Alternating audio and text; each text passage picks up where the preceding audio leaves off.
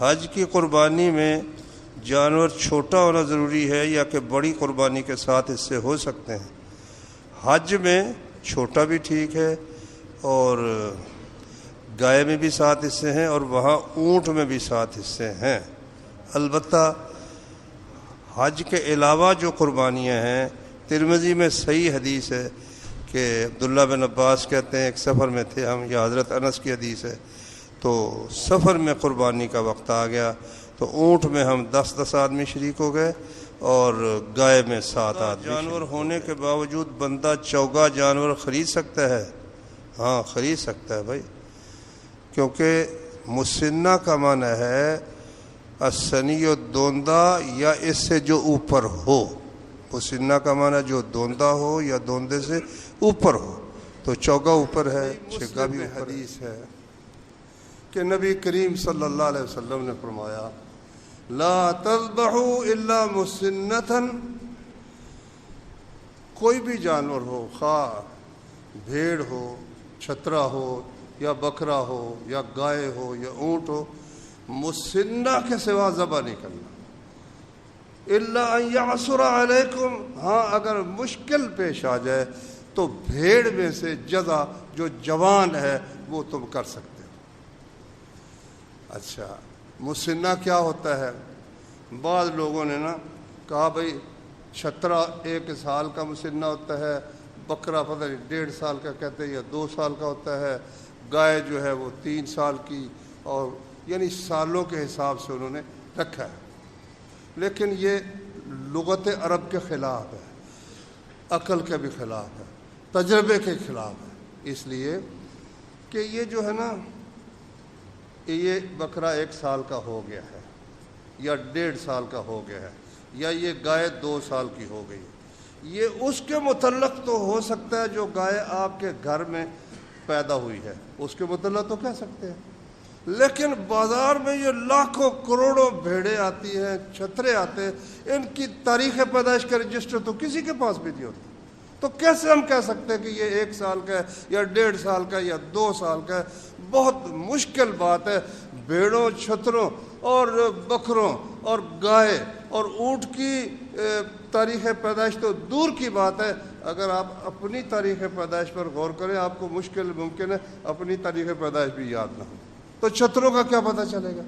اس لیے شریعت نے قربانی کے جانوروں کی تاریخ پیدائش کا نہیں رکھا، وہ نشانی یہ رکھی ہے مسنہ، اس کا معنی ہے کہ سامنے کے جو اس کے دودھ کے دانت ہیں وہ گر کر نیچے سے ایک ذرا چوڑا دانت ہے، وہ جب سامنے کا دانت گر جائے اور وہ نیچے کا بے شک ایک دانت ہی تھوڑا سا نمودار ہو جائے تو بس یہ مسنہ ہو گیا۔ اس کو کہتے ہیں دوندہ، خواہ سال میں ہو جائے خواہ 2 سال میں ہو جائے، خواہ اگر کوئی کمزور ہے تو وہ زیادہ وقت لیتا ہے، جب تک وہ آسانی سے دیکھ سکتے ہیں، کوئی رجسٹر دیکھنے کی ضرورت نہیں۔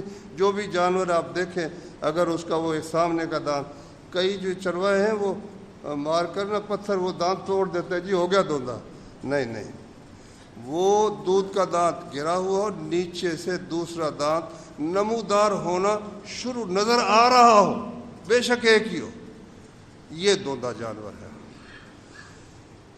تو اونٹ ہو یا گائے ہو یا بکرا ہو، دوندے کے سوا نہیں لگتا۔ ایک دفعہ ایک صحابی نے، ابو بردہ بن نیار، صحیح بخاری میں حدیث ہے، نبی کریم صلی اللہ علیہ وسلم نے انہیں جانور دیے قربانی کے، لو تم تقسیم کر دو۔ انہوں نے وہ تقسیم کر دیے صحابہ کرام میں، کہنے لگے جی اب میرے پاس ایک پٹھورا رہ گیا ہے، بکری کا پٹھورا ہے اور وہ دوندہ نہیں ہوا، فرمایا تم اس کو ذبح کر لو، تمہارے بعد کسی اور کی طرف سے یہ جائز نہیں ہوگا۔ یہ وضاحت فرما دی رسول اللہ صلی اللہ علیہ وسلم۔ ہاں اگر مشکل پیش آ جائے، مثلا ایک چھترا ہے وہ ہم نے گھر میں پالا، اب خیال تھا ہو جائے گا دوندہ، نہیں دوندہ ہوا، اب اس کو فروخت کریں گے پھر نیا خریدیں گے، مشکل تو ہے نا اس میں، یا بازار میں وہ دوندہ ملتا ہی نہیں ہے، چھترے یا بکرے یا پیسے ہی میرے پاس اتنے نہیں ہیں اور میں اس کے سوا خرید ہی نہیں سکتا، تو پھر چھترے میں سے جو کھیرا ہے، پکا کھیرا جس کو کہتے ہیں، قوی جوان ہے، وہ کر سکتے ہیں۔ وہ کتنی عمر اس کی، پھر وہی عمر کا مسئلہ، کئی کہتے ہیں جی 1 سال کا ہو کم از کم۔ بھائی کیسے پتہ چلے گا یہ 1 سال کا ہے؟ یہ تو پتہ چل ہی نہیں سکتا۔ تو مضبوط ہے، قوی ہے، اچھا خاصا موٹا تازہ ہے، جوان ہے، نبی کریم صلی اللہ علیہ وسلم۔ 4 یتقی فی الضحایا، 4 قسم کا جانور قربانی میں نہ کرو، ان سے اجتناب کرو۔ العوراء البین عورها، جس کی آنکھ خراب ہو واضح طور پر، وہ نہ کرو۔ والعرجاء البین عرجها، لنگڑا جانور کہ جب چلے تو پتہ چلے کہ یہ لنگڑا ہے، مت کرو۔ والمریضۃ البین مرضها، بیمار جانور ہے، نظر آ رہا ہے بیمار ہے، مثلا کھرک پڑی ہوئی ہے، ساری جلد اس کی خراب ہے، مت کرو۔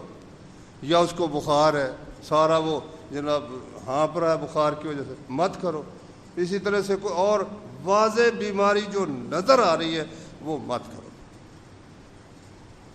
3 ہو گئے، جس کی آنکھ خراب ہو، اور جو لنگڑا ہو، اور جو بیمار ہو۔ والعجفا التي لا تنقی، ایسا لاغر جانور جس میں مکھ ہی نہیں ہے نا، سوکھا ہوا بالکل، ایسا جانور مت کرو، نبی صلی اللہ علیہ وسلم نے فرمایا۔ اچھا، ایک اور چیز جس کی طرف توجہ دلائی وہ ہے، امرنا رسول اللہ صلی اللہ علیہ وسلم ان نستشرف العین والاذن، ہمیں حکم دیا کہ ہم جانور خریدتے وقت آنکھ کو غور سے دیکھ لیں اور کانوں کو غور سے دیکھ لیں۔ غور سے دیکھنے کا مطلب تو یہی ہے نا کہ وہ صاف، بالکل صاف ہونا چاہیے، ورنہ تو سرسری نظر سے اگر ٹھیک ہے، تھوڑا بہت سوراخ ہے بھی تو کوئی بات نہیں، لیکن یہ جو فرمایا کہ غور سے ہم کان کو بھی دیکھیں اور آنکھ کو بھی غور سے دیکھیں، تو اس کا مطلب یہ ہے کہ کان میں کوئی چیرا، کوئی سوراخ نہیں ہونا چاہیے، صاف ستھرا جانور ہونا چاہیے۔